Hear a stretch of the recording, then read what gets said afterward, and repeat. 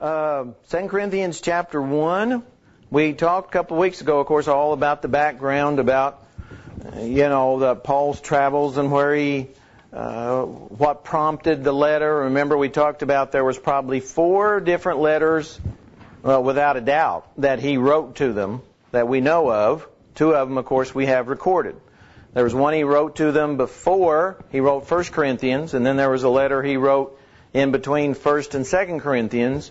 So 2 Corinthians is actually the 4th letter that he has written to this church that we know of, that he talks about in the New Testament. So this church was a church that was it was a challenge to Paul, because Corinth was in such an immoral, evil area, and there were a lot of external influences that was harming the church there in Corinth.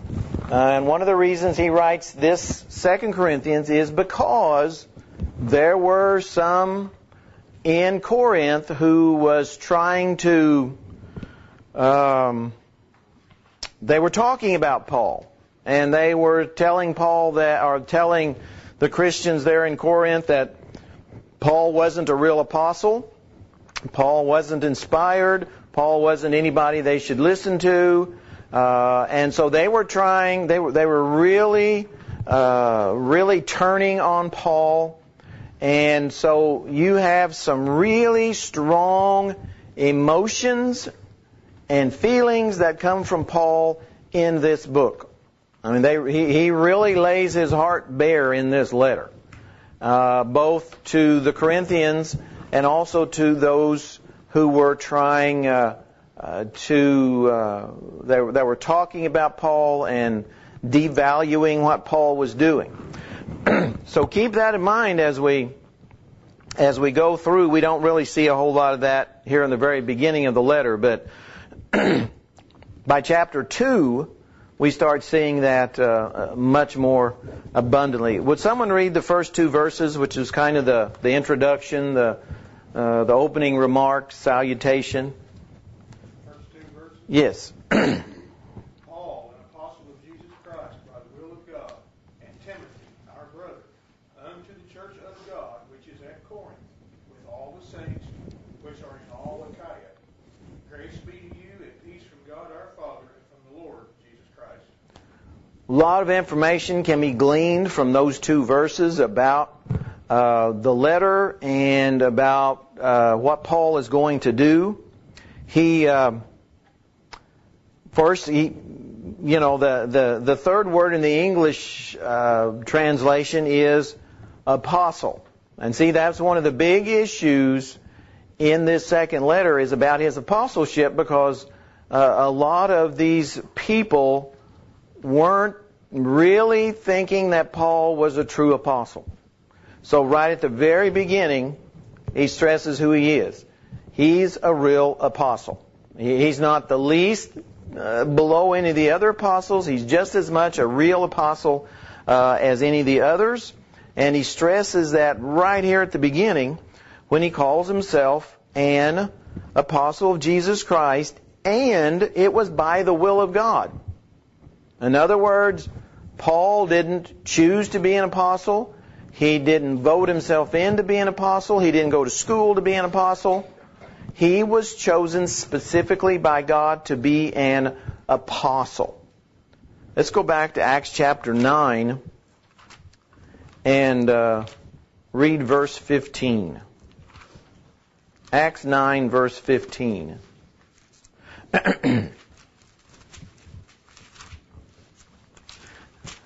Whoever gets there, if they'll read that for us.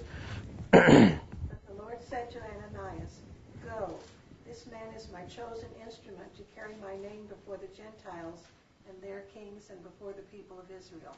See? This man is my chosen instrument, my chosen vessel. So there's God speaking and telling Ananias that Paul is not, some person that's trying to put himself above everybody else. God says, I've chosen him for a specific purpose. So in 2 Corinthians 1, when Paul says he's an apostle of Jesus Christ by the will of God, he's stressing the fact that God chose him. And again, he's not doing that to boost himself. He's doing it for those people who are saying he's not a real apostle. Yes? First Timothy 1, he said, by the commandment of God. Yeah. He's the real thing, in other words. He is not a phony apostle. He's not a fake apostle. And, of course, he's stressing that because what he's going to be writing, since he's a real apostle, are things that they must listen to. Not just some idle opinion from some teacher, but something that is very important. Also, one other place, Galatians 1:15. Someone would read that one as well. That goes right along with what we were saying about it being by the will of God.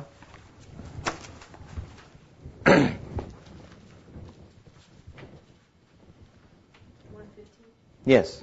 But when it pleased God who separated me from my mother's womb and called me by his grace. Separated me from my mother's womb. Of course, God knew he was going to be, raised, and he was going to end up being an apostle. He was separated for this purpose. So Paul wants the people to know there in Corinth that his credentials are valid. They're the real thing. And that's why they need to listen to him. That's the basis of why they need to listen, is he's an inspired apostle. Just like John or just like Peter or any of the others. He has just as much authority as any of them do. So right from the get-go, he wants them to understand why they need to listen to him. He's also writing with Timothy. And of course, we know who Timothy is and about Timothy's life and what Timothy, how he grew up and some of the places that he's went with Paul. So he's writing to the church of God which is at Corinth. Church of God which is at Corinth. There's another designation of the church. We have lots of them. House of God, Family of God, Church of Christ, Church of the Firstborn. I mean, there's a whole list. But here Paul calls it the Church of God, and specifically at Corinth. There is a congregation of God's people that is meeting at Corinth. And they assemble.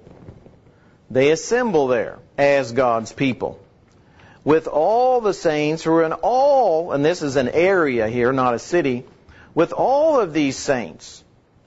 So this letter probably was going to be given to other people to read as well, other Christians to read, not just the church at Corinth. And they, of course, needed to hear all of these things as well, because these people who were trying to get Paul out of the picture, they weren't just in Corinth, they were in the surrounding area as well. There was, that we know of, at least one other congregation in that area the Bible talks about, and it was only like 5 or 6 miles from Corinth. So there was another group meeting outside, I think it was east, I don't remember now exactly, but of Corinth. Look at Romans, is this the right one? Romans 16 verse 1. If someone would read that for us.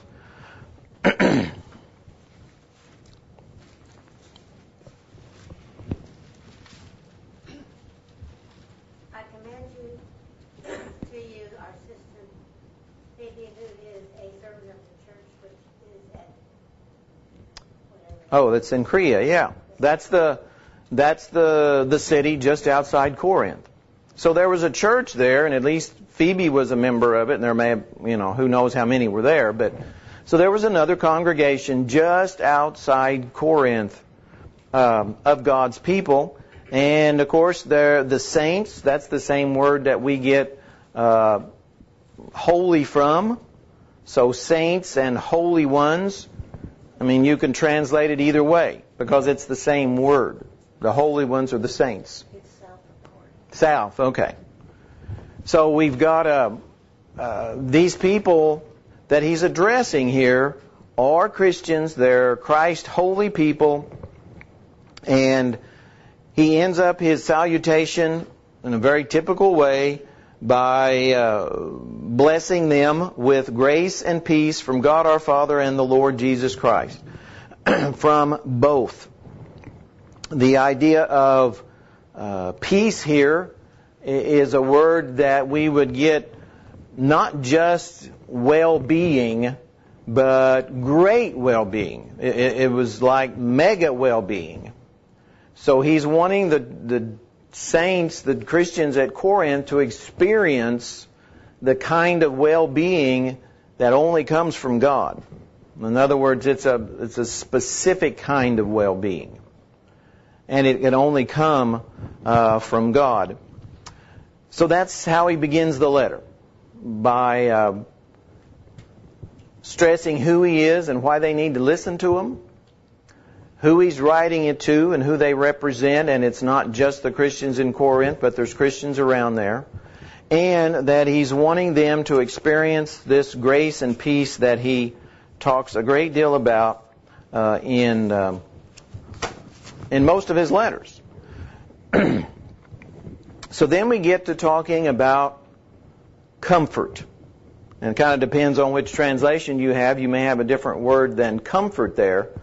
But he begins the next session from 3 to 7. He says, "Blessed be God, the Father of our Lord Jesus Christ, the Father of mercies and the God of all comfort, who comforts us in all our tribulation, that we may be able to comfort those who are in any trouble by the comfort with which we ourselves are comforted by God. As the sufferings of Christ abound in us, so our consolation also abounds through Christ. If we're afflicted, it's for your consolation and salvation, which is effective in enduring the same suffering which we also suffer. Or if we are comforted, it's for your consolation and salvation. Our hope for you is steadfast, knowing that as you partake in the suffering, so also you will partake of the consolation." He mentions here at the very beginning of what we would say call the body of the letter, after the greeting and the salutation, he gets into the body of the letter and he thanks God here in the beginning of the letter for who God is. And he stresses different aspects of God. He calls him the Father of mercies and the God of all comfort. The Father of mercies and the God of all comfort. He's praising God for what God has done for Paul in the past, what God is doing for him now, and we'll see in a little bit what he is sure God will do for him in the future. And that is show him mercy and give him comfort. He has a limitless supply of comfort and mercy and patience. By the end of my school day, mine are all gone. I mean, they're just sucked out of me. I don't have anything left whatsoever. Start the day, not too bad. Have a pretty good load. End of the day, it's just gone. But that's not the way God is. I mean, He can give mercy and comfort and compassion and never run out. That's the difference. He has an infinite amount of these things, and Paul stresses that. The Father of mercies and the God of all comfort. Does anyone have some different words there in their translation for comfort or mercies? Or is that what yours has too? Any differences, anybody? Okay, those are pretty typical words, I think, that he uses here. He is able to comfort us in all our tribulation. What about a different word there? Different word than tribulation? Because I think some of them I read the past couple weeks might have the word affliction. And the word here that's used is interesting because it can refer to both external and internal troubles. It's not just things that, like Paul went through, the beatings and the shipwrecks, external things like that, but also things inside. He talked about his anxiety that he had for all the churches. Paul was constantly concerned about the churches that he had started or the churches that he had went through and helped build up. And no doubt he was concerned about the church at Corinth. So these were both internal afflictions as well as external ones also. So, which verse was that now? 4, who comforts us in all our tribulation. Troubles, yeah, troubles. And those troubles, again, can be outside or inside. Doesn't make any difference the source. So regardless of where it's coming from, it could be things like health, or it could be things like finances, or anything. And that's why he uses the terms, all. Doesn't make any difference what kind of troubles or what kind of afflictions or the source of them or anything else. In other words, regardless of the circumstances. He's always there, but we can move away from him. He doesn't go anywhere, but we can leave him if we choose to. That's the difference. He's always there to be the Father of mercies and God of all comfort, if we allow him to be, but we can leave him like a lot of people have over the years. So he is able to comfort also in the sense of, and this is probably what Paul needed a lot during his time, because Paul would get down about different ones coming in and trying to hurt the church or teaching. He talks about in this letter about false teachers and so-called false angels and those type of things. As an encourager, God can encourage us. So he's also the God of all encouragement. Another word we could put in there that would also fit. So Paul would undergo severe testing, but so do all kinds of people. When Peter wrote 1 Peter, most of that entire book, almost all the chapters, are about suffering. Trials, afflictions, tribulations. It's about suffering. And much of this book, especially at the beginning, is about suffering. So affliction, and of course these are afflictions that come upon us because we're Christians, because of we're trying to do what's right and live the way we're supposed to and so forth. And there's a lot of troubles that come upon us because of how we're trying to live. Christians are some of the most despised people in America right now. Who likes Christians? Nobody likes Christians. They're the worst people on the planet. But if something happens, tornado comes through or something like that happens, who responds? Those are the people that respond. Somehow that's forgotten along the way.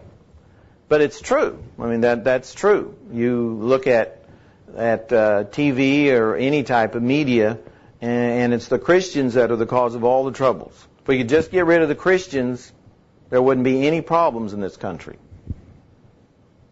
And the Bible tells us what's going to happen if we get rid of all the Christians in this country. There won't be any more country. The Bible is very specific about that. We're the only reason God allows America to go on. Once the Christians are gone, America's gone. That's the way it is. So, in that sense, we have a real responsibility to keep the country going, because that's why it's continuing to go. The blessings that we have in this country is because of us. It's not because of the atheists. It's not because of the agnostics. It's not because of Washington, D.C. The blessings we have in America is because of us. And it's that simple and straightforward. So, in that sense, we are, we have that divine calling, I guess you would call it. So, he says he comforts us in all our tribulations, but there's a reason he does it, that we may be able to comfort those who are in any trouble by the comfort with which we ourselves are comforted by God. And there's the reason. He comforts us so we can comfort other people.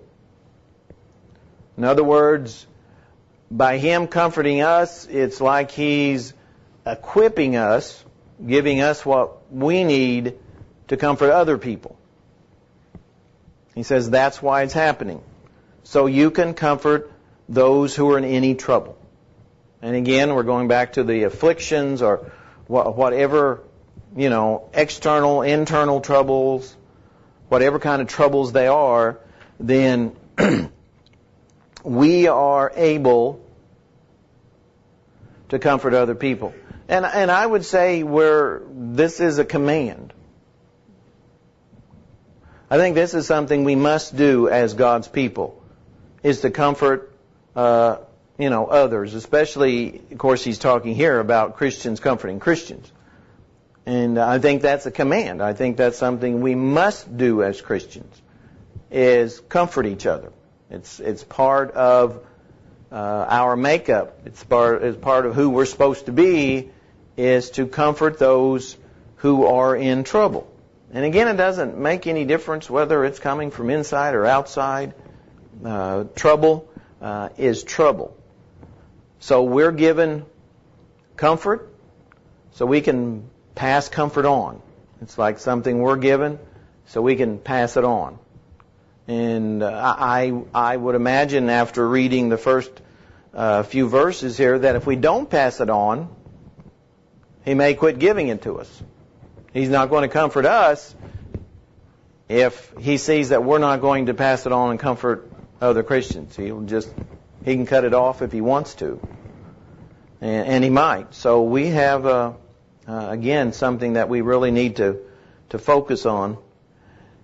He says, as the sufferings of Christ abound in us, so our consolation also abounds through Christ. Now nobody, and he's not saying that he's suffered as much as Christ did, but some of the same type of sufferings that Christ went through, Paul has went through, and Christians at Corinth would go through, and all Christians will go through. So there's, there are troubles and afflictions that Christians go through, and while they're not as severe as what Christ went through, we can have consolation in the fact that we are suffering, again, because we're a Christian. This is not, I'm suffering because I spent all my money in booze and I don't have any food. That's definitely not the comfort he's concerned with here. This is strictly talking about sufferings and afflictions and troubles that come about because we're Christians. Because we're Christians, not something that we do to bring trouble on us, but to if our sufferings are for the same type of reasons as Christ suffered. And that's what he wants us to understand. They abound in us, so our consolation. See, again, there's if our sufferings are for the right reason, in other words, if they're for the fact that we're doing what's right and we're trying to follow Christ, then our consolation will come from Christ. But if our sufferings are because we're doing wrong, then certainly we're not going to get consolation from Christ for doing something wrong. And that's what Peter talks about in his first epistle too, about receiving comfort, but it's only if our afflictions and sufferings are because of Christ. Those are the only ones that he's addressing here at all. So we know Paul, as he mentions in other places, he was one of the most troubled and afflicted Christians ever. But he always felt and tried to encourage other Christians who were going through similar problems. because of suffering for Christ. So he knows how what it feels like to go through trials. He knows what it feels like to be afflicted, and all of those things. But he also knows that, as he'll say in chapter 4, he calls this our light affliction, which is for a moment. Even though it may be 50 years that you have afflictions, Paul says it's for a moment, because 50 years compared to eternity is a moment. Just a moment in time. Well, our time is really getting away from us. Might be a good place to stop there. If you have a chance, I would make sure to read the rest of chapter 1. I don't know how far we'll get, and these handouts have some questions that maybe will cause you to kind of think about the text as you go through it, and maybe can bring up next time or whenever. But he has more to say about suffering and afflictions and troubles and God being there. And then he talks about his traveling plans. Well, we're going to have an invitation song in a moment that Dean has picked out for us to help us think about our soul, our spirit, and we may be in need of prayers. We may be in need of forgiveness and asking for help and asking for encouragement. And if you do need that, then we want you to come as we stand and sing this song. Let's stand, please.